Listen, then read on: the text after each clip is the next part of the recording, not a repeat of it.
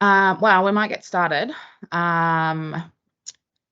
Evening, everybody. My name's Jess Daniels. I'm a biosecurity liaison officer with NT Cattlemen's Association. I did have a welcome tile that should be on the screen right now, but for some reason, Teams doesn't want to let me share that particular screen with you. It wasn't anything too exciting. It just had a couple of logos on it. Our logo, Bush Agribusiness's logo, and the Northern Territory Government, who are also supporting this project. This is our first webinar of our business resilience webinar series. We've got a couple more to come as well, succession planning, financial assistance and diversification. And we're looking for ideas of what other things people might like to see a webinar on as well. So feel free to send through any ideas. If you want to ask questions, we'd love to see you turn your cameras on and ask them out loud, but feel free to put them in the chat as well. And I think that's pretty much it from me. Welcome to Simone from Bush Agribusiness, who's going to present tonight on the principles of a resilient business. Thank you, Jess. Thank you very much. I do have some slides to share, which I will do in a minute.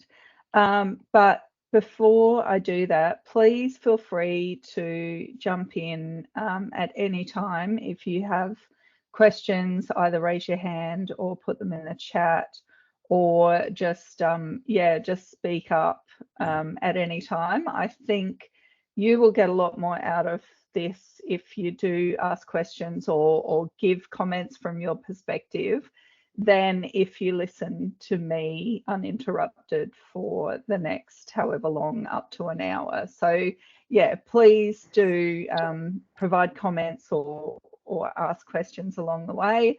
I'd love to see what you're having for dinner. So if you wanted to turn your cameras on, that's also great. I would have food envy.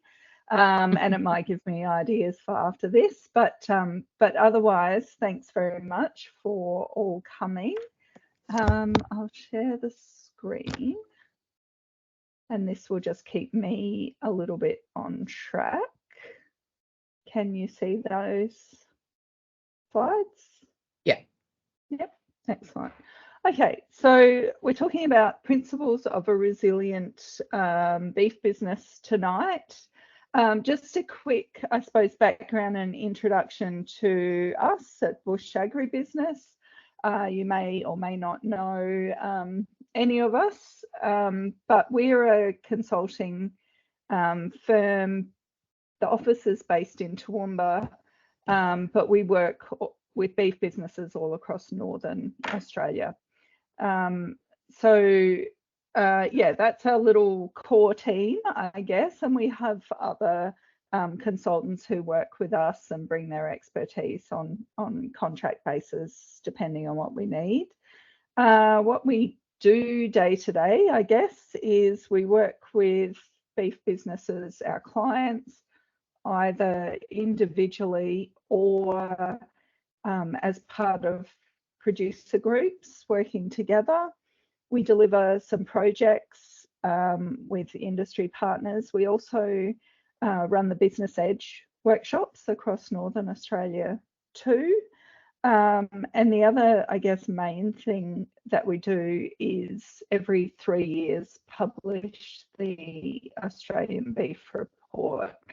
So tonight's, I suppose, presentation is drawing a lot on information from the Australian Beef Report and also some from the Business Edge workshops too. And excuse me, I explained to Jess before that I only spent 2 days at Beef Week last week, but I managed to get beef germs, which I think everybody that went to Beef Week probably got beef germs. So you'll have to excuse me for that as well.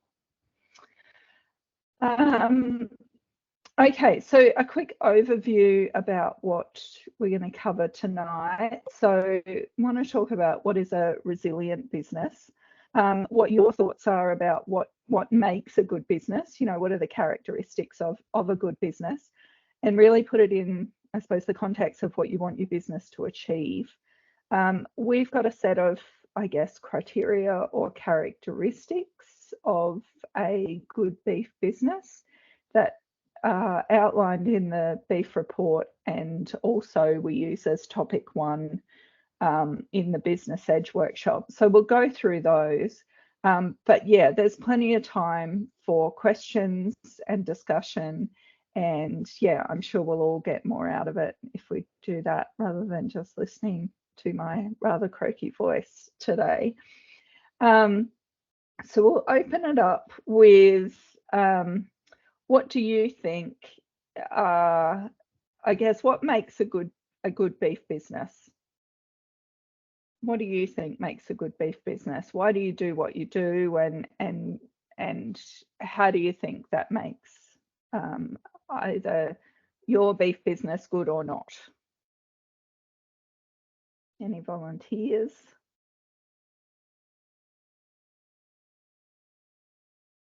Nobody ever wants to go first. I can go. Awesome. What makes a good beef business? I think besides the obvious fact of making a profit, I think at the end of the day, like, we all come to work because we like what we do, and we have a passion for the industry. So yeah, probably that on a broad spectrum. Yeah, that's an awesome summary.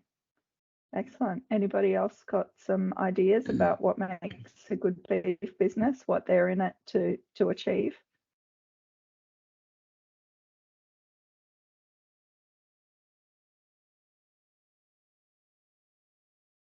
No, everybody's eating their dinner. Okay, well, I guess the reason for me asking that question is, yes, we've got, a set of 9 criteria that we're going to go through about what we would argue makes a resilient or a good beef business. But I really want you to put it in the context of your own businesses. So I'm not saying that, I guess, these 9 criteria are the be all and end all, and that if you can't meet all of these 9 criteria at any one point in time, then your business is doomed. That's exactly not what I'm saying. I guess the reason why, I think this is the next slide. No. So the reason why we've put these criteria together is resilient businesses and sustainable businesses, and those sorts of buzzwords get spoken about a lot, I guess, but there's not a lot of definition put around them. So this is an attempt to do that, to say, righto, well, if you had a sustainable or resilient or good beef business in the long term, what would it be able to achieve? And I guess this is the 9 criteria that we've come up with. They were originally developed as part of Ian McLean and Phil Holmes did a project for MLA where they delivered the Northern Beef Situation Analysis. So that was quite a few years ago now, and they were developed for that, to essentially say, righto, well, what does, instead of just saying across the board, this is how the business or how the industry is performing, what can we actually measure that against that says, to give some definition around what is sustainable or what is resilient. And then that has then followed through to the Australian Beef Report as well.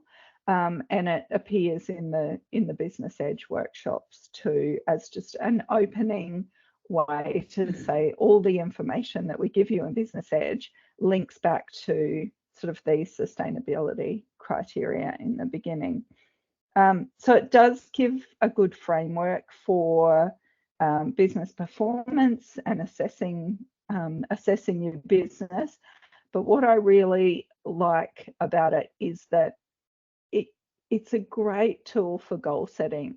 So if you're looking at your business at the moment and think, okay, well, I meet 4 or 5 of these criteria, but these are the ones that I don't meet right now, they might be the next things that you focus on. So, you know, it sort of narrows down your goals or the things that you focus on from here. Which areas do you need to work on next? In all of this, I think it's really important to take a long-term view. So again, what we're saying is that if your business doesn't meet all of these criteria at any one point, it's not doomed to fail, but does it have the potential to meet most of this criteria over the long term? And long term, we're sort of talking about 10 or more years.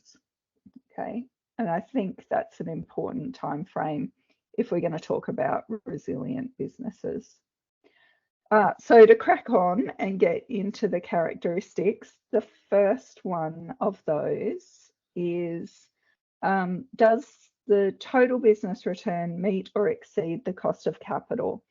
And already, even on criteria number 1, we're getting fairly loaded in jargon and terminology. So let's break that down a little bit. So, and talk about what we mean by total business return and cost of capital. So say we had a business whose operating return, or you might know that as return on assets, their operating return is 3%. So that's the return that they get from operating the beef business, okay? The capital return is different to that, and it's essentially the return from owning the land asset. So you can sort of see or separate those into operating a beef business and operating a real estate business, okay? So the operating return is 3%. Conveniently, the capital return is also 3%. You can argue about the accuracy of that if you would like to. So the total business return for this business then is 6%. Okay, so that's the first bit of terminology under our belt. And we need to say, all right, well, does it meet or exceed the cost of capital? In this case, we've used the cost of debt as sort of the indicator for cost of capital. And we've done that, excuse me, we've done that here because, not because we want you to apply the cost of capital only to the debt portion. We want you to apply that 5.8% across all of the capital tied up in the business. Okay, so the part that you own, as well as, you know, the debt that's outstanding to the bank. I guess we've used the cost of, we've used the debt, so essentially the interest rate, because as the owner of the business with significant capital tied up in it, why would you accept a lesser return on your portion of what's tied up in the business to what you have to pay out to the bank, I guess? So just a couple of important distinctions. We apply the cost of capital across all of the capital tied up in the business to determine whether the total business return meets or exceeds that. And cost of capital is probably a fairly arbitrary measure. We've used the interest rate or the cost of debt here, but you could take a different approach and say, all right, well, if I picked up all of the capital that's tied up in my business and I went and invested it somewhere else, what sort of return could I expect for my money there? So if I, you know, picked it all up and put it in the share market, you know, over the long term, how much could I expect? So there's a couple of different approaches. At the end of the day, it's up to you to put I suppose, a figure on your own cost of capital. But yeah, I think it's just a really important thing to think about from the start. So what are you generating from operating the business and from owning the land? And does that meet or exceed what is tied up in the business and what alternative uses there could be for that capital. Does anyone have any questions on that one before we move on? No, we're okay. All right, on to number 2. Some more jargon here, but the question to ask is, can the business fund all the operating expenses and the operational capital expenditure from internally generated working capital? Again, lots more jargon and terminology to unpack. So our operating expenses are, you might have heard of them as overhead or enterprise expenses. So it's the sum of those two, overheads or fixed costs plus enterprise or direct costs. They've got a couple of different names, but they're the operating expenses in the business.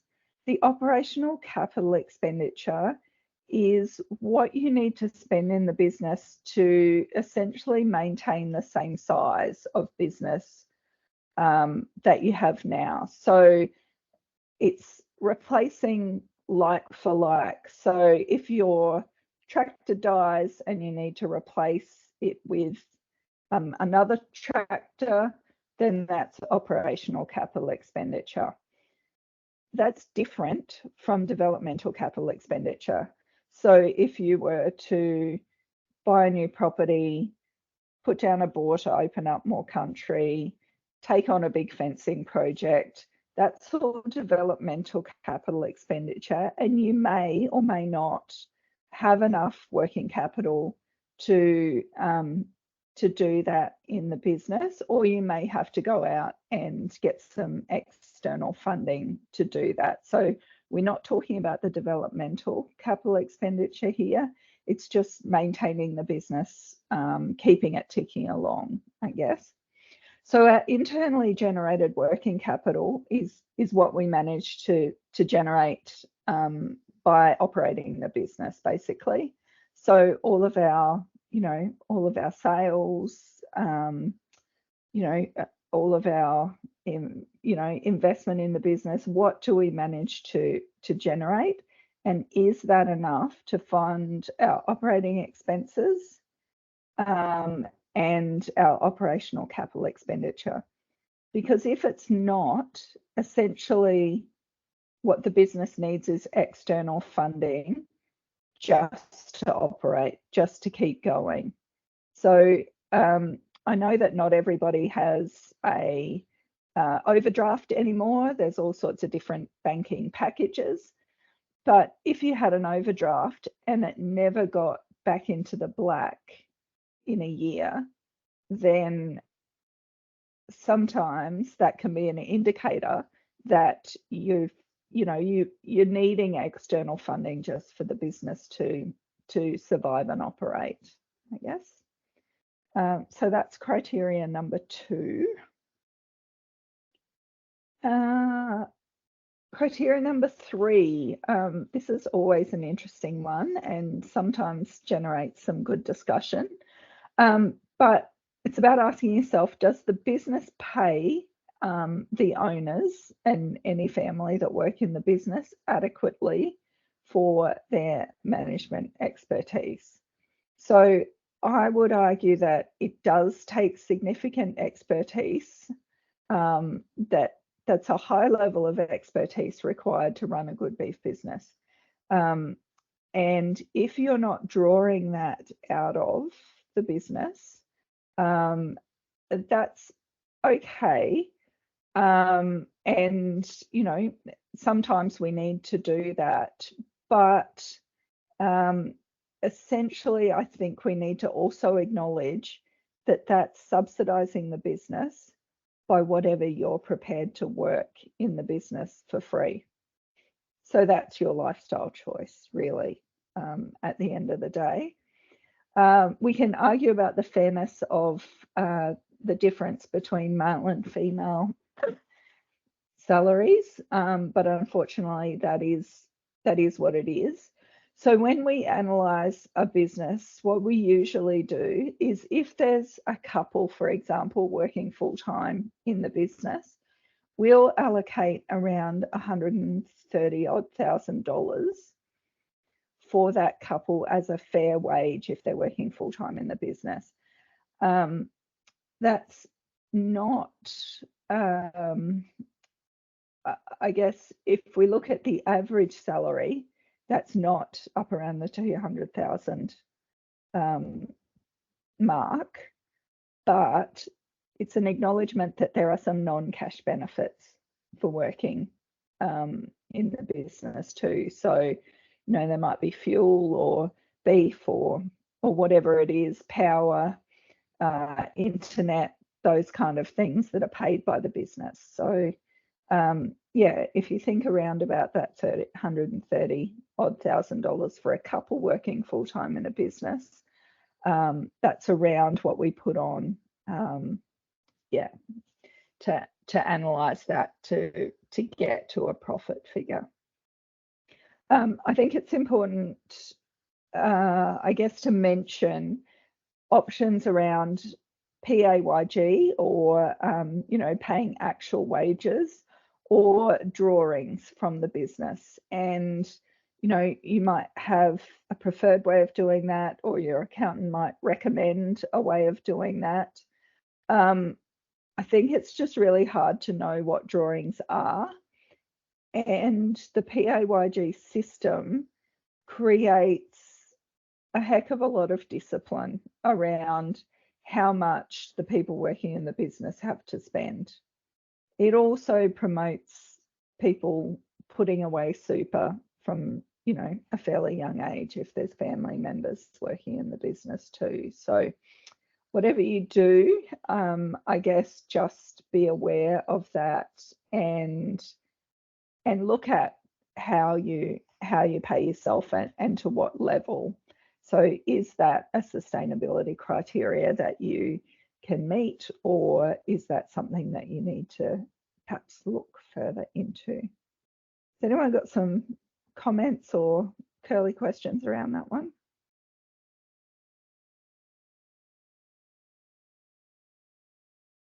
No. Okay. So number 4. Does the business have the capacity to repay its debt principal in a timely manner? So here we've got just a very simple worked example of taking out $1 million loan at 5% over various timeframes. And it is often, you know, the interest rate that we go to first, isn't it? And say, rightly so, I want to get the lowest interest rate I possibly can. But I guess there's no point in really, you know, focusing too much on the 0.1 or 0.2% in terms of interest if you're going to have that loan out for the next 30 years. So if we work through the example, if we take out the $1 million in principal as a loan and we pay it off in 5 years, our interest bill on that $1 million is $132,000. So the overall cost of the loan is $1.13 million. If we have that loan out for 30 years or more, we're paying almost as much interest as we are the original amount that we borrowed. So we're paying $932,000 in interest on the $1 million that we borrowed. So we're paying back almost double what we originally loaned. Okay. And I guess taking a loan out over a longer period of time really helps with cash flow, doesn't it? You know, it means lower or less annual or monthly or quarterly payments. But we need to think about that in terms of what's the overall cost of the loan. And yeah, I just think that rings fairly true, and is a fairly clear message, because also banks will lend you money for 30 odd years. They would love to have you tied up as a client for 30 odd years. So they would almost encourage you to take that loan out over a long period of time. But yeah, just be aware of the overall cost of the loan, I guess.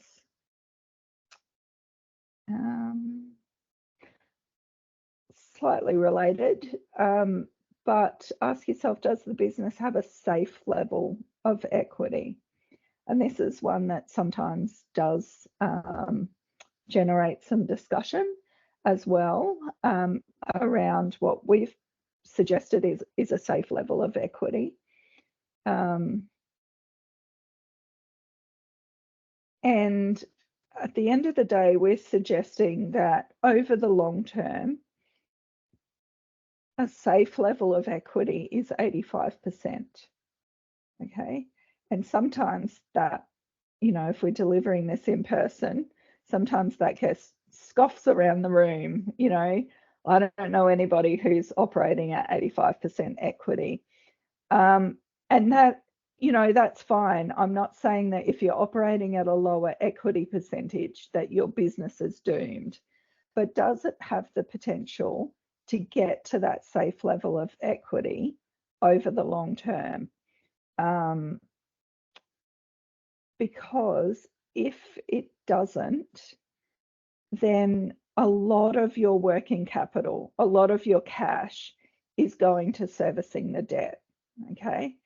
But there's plenty of things that we need to spend our cash on after the interest bill's paid. So, you know, we need to reinvest back into the business. We might have school fees to pay. You know, we've sometimes got a tax bill that also needs to be paid. So there's a lot that needs to be paid after we pay our interest bill.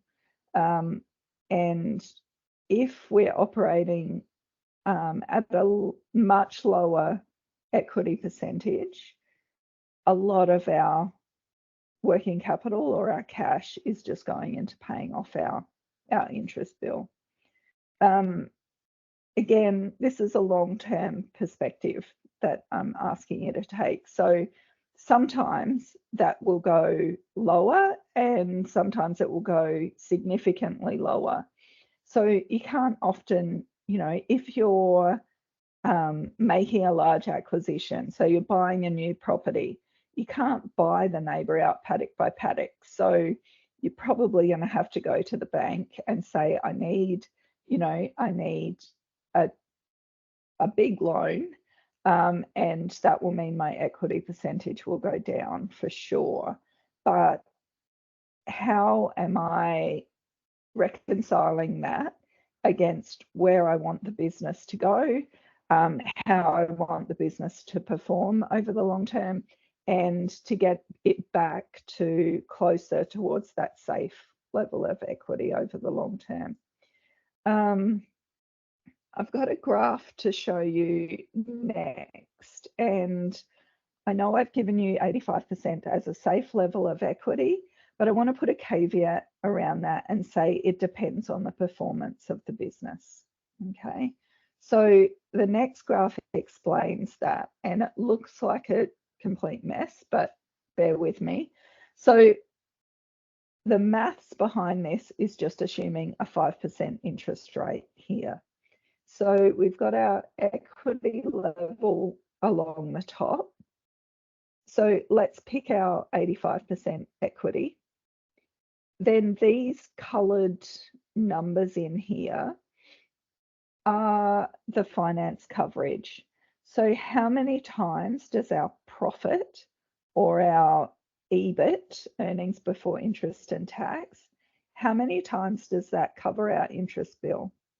So if we've got a safe level of equity at 85%, but we've got a 2% operating return, we spoke about operating return way back in the first criteria. It's the return from operating the business or return on assets. So we've got 85% equity. we follow that down to a 2% operating return, our profit, or our EBIT, is only covering our interest bill 2.7 times. Okay, so yes, 85% might be safe, but if we've got a low profitability or operating return, then we might have to look at how many times our profit can cover our interest bill. Okay. So for example, if we had a lower, say 75% equity, but we had a 5% operating return, if we follow that down, our profit covers our interest bill 4 times.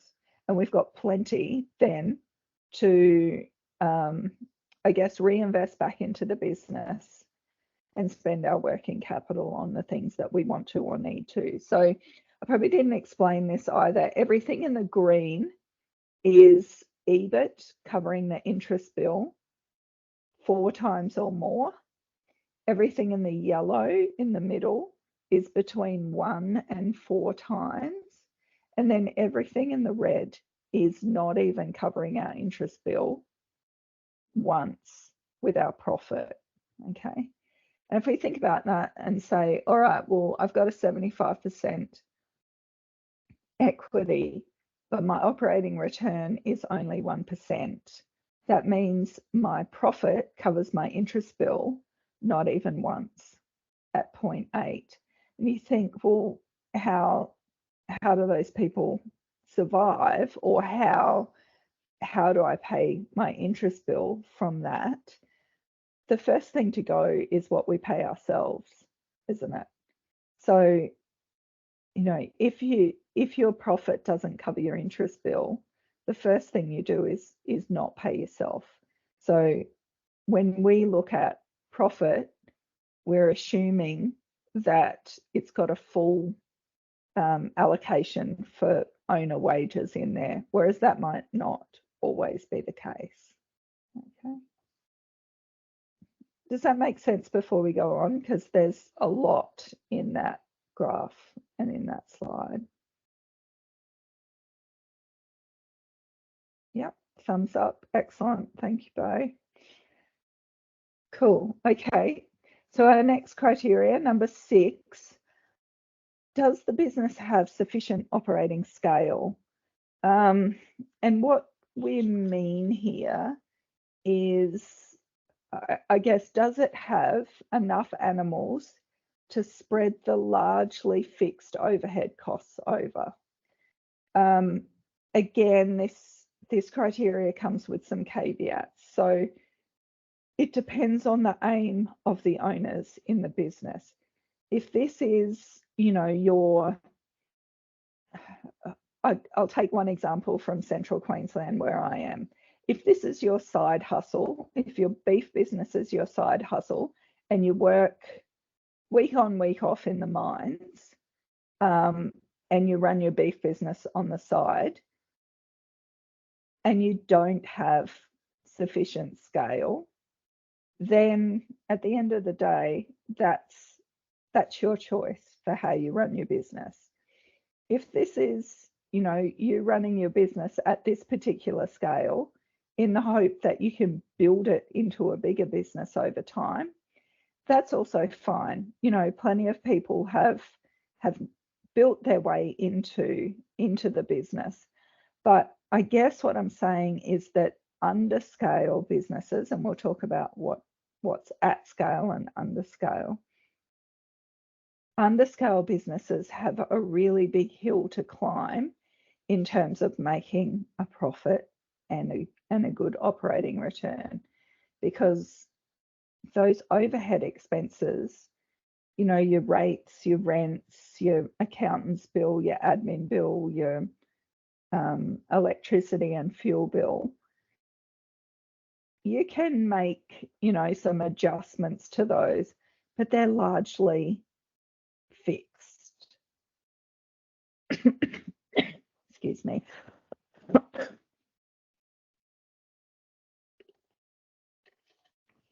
sorry. So the lower number of animals that you have, you've got less animals to spread those sort of fixed costs over.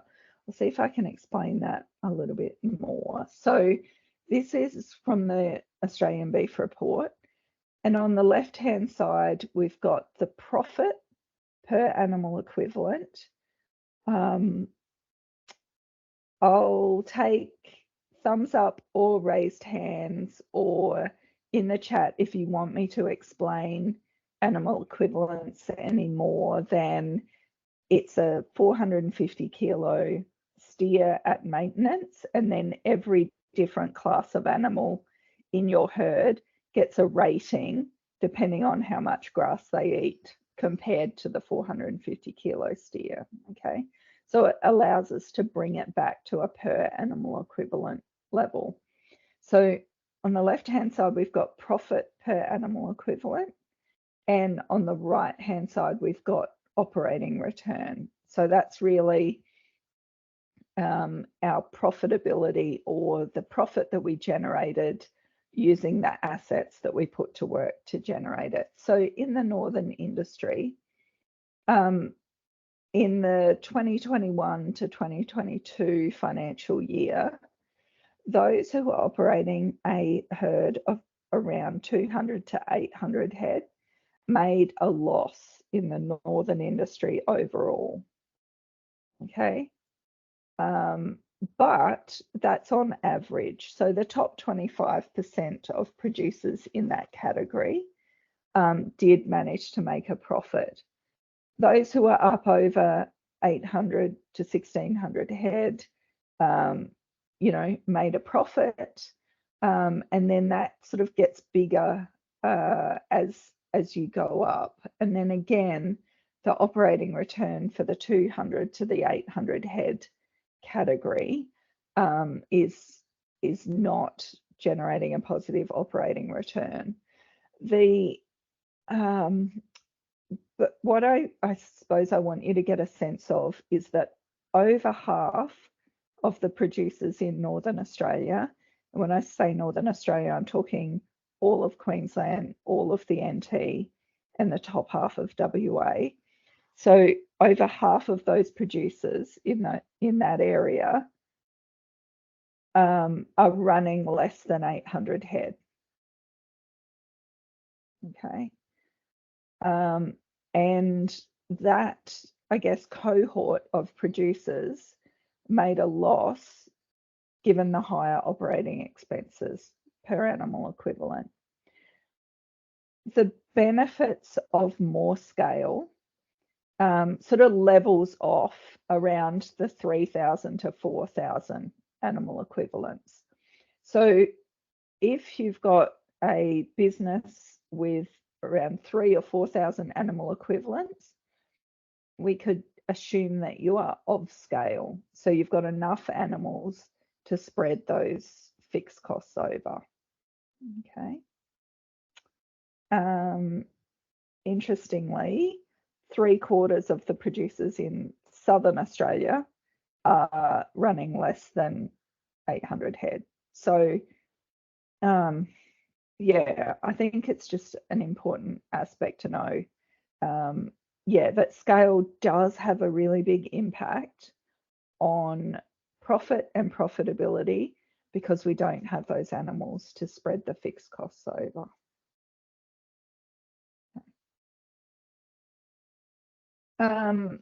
Can the business and the family both survive succession? And for some businesses, this isn't applicable. And I know you've got a whole webinar coming up on succession, so it's obviously a hot topic. But it's also an important sustainability or resilience criteria. I won't probably go into too much more detail other than it does need considerable thought firstly, conversation, and then funding and provisioning to be able to survive succession successfully. And that really needs to start early. And other than that, I'll leave that to the succession experts when they talk. But yeah, it is, I suppose, something to really think about. You know, is this a legacy business? Is this something that, you know, will be passed on to generations? If it is, then conversations and funding and planning needs to start early. The next one, criteria 8, so slightly related to number 7 about succession. Can the business fund the independent retirement of the current owners? Again, you know, if succession's not an issue in your business and the business is there for you to sell out once you get to retirement, then, and that's your retirement plan, then this criteria may not apply to you. It's probably also not an issue if the owners and the family working in the business have been adequately paid along the way and have put away, you know, their super through PAYG. So that's back to criteria number 3. So it's linked in to that. I guess if we talk about what is an independent retirement, we sort of look at that in terms of, can the business transition to a next generation and the outgoing generation isn't drawing on the business year to year to fund their retirement or to, you know, do what they want to do in their retirement? Because we see so often that the outgoing generation sets up, you know, a deal with the incoming generation, and X amount of the profits generated are agreed to go to the outgoing generation, and then things get tight for a year, and, you know, that payment is less than agreed, and then there's a couple of, you know, tough years, and those payments just never really start back up again to that level that would give, you know, the comfortable independent retirement. And I think nobody in their retirement wants to be in that position, I guess. How much do we need for an independent retirement? We just looked at these figures again and come up with essentially 2 figures. So this is a couple looking to live a comfortable retirement. It also assumes that they are not paying off a mortgage or paying rent. So they have somewhere to live and they're living a comfortable retirement. The 2 different figures are $1.2 million for a couple and $2 million. And the difference between those 2 figures is the $1.2 million says, okay, you know, I've essentially decided how long I'm going to live after I retire, and I'm happy to draw down on that $1.2 million over time, you know, to live off year to year. The $2 million assumes that you want to maintain that amount and just draw off the interest and live off the interest of that $2 million. So at the end of your retirement, unfortunately, on your death, you don't get to enjoy it. That $2 million is left over and can be used for estate planning or something like that. So that's just some indicative figures. Obviously, I am not a financial planner, but yeah, they're just figures, I guess, to work with or to keep in your mind. Work with your accountants or your own financial planners to work out what that looks like for you. And then number 9, the last one, can the business achieve all of the 8 criteria that we've already been through and improve or at least maintain the environment that it operates in? So what this is really saying is don't prop up your financial capital by drawing down on the environmental capital that you operate on, so your land base. That's a situation that's not resilient or sustainable in the long term. Okay, so that's all about, you will know better than I will, but that's all about matching your stocking rate to your carrying capacity, lightening off in dry years, perhaps stocking heavier in good years. One thing I will say about that is, if you are doing all of those things, document your efforts, because you are and will be increasingly asked to demonstrate that you are doing that. Yeah. So that's all of our 9. I'd be really interested in your feedback about, which one of those you would say definitely needs to be included. Are any of those, you would argue, not relevant, or have we set the bar really, really high, especially with things like 85% equity and talking about that sort of thing, or do you think they're reasonable? And I'm going to take the chance to cough.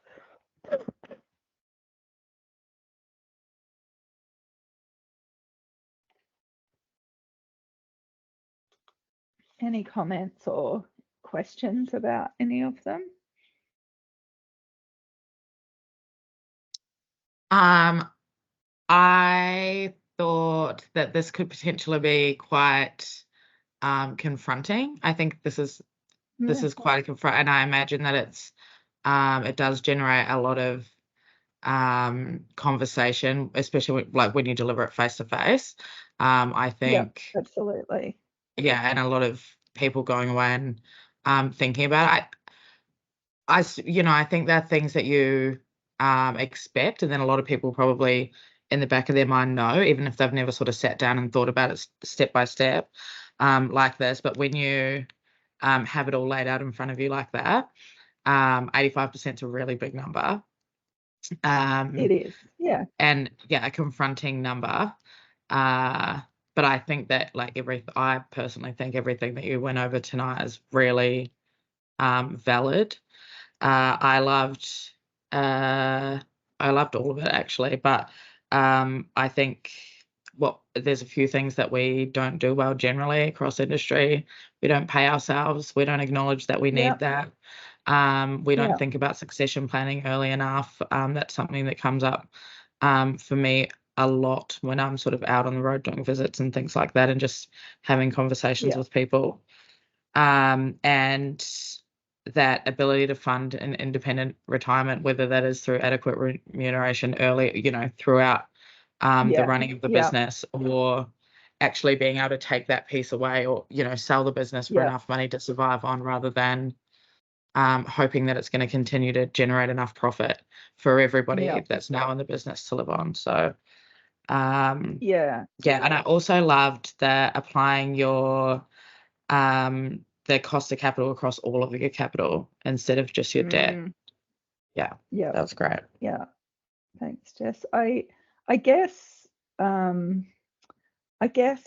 what I'm saying is, again, take a long-term view around this.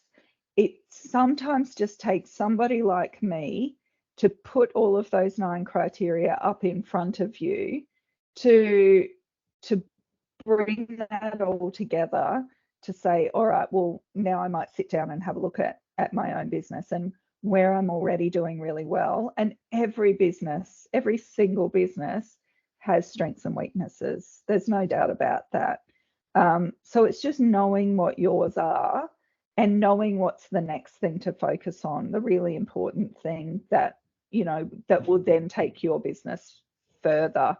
I'm not saying that if you don't meet all of these 9 criteria tonight, that you have a rubbish business and you should get out. That is absolutely not what I'm saying. I think treat it as food for thought, and treat it as the, I suppose, motivation to delve into your own business, to see where you're doing really well and what the next thing is to work on. Cool. Does anybody have any other questions or comments?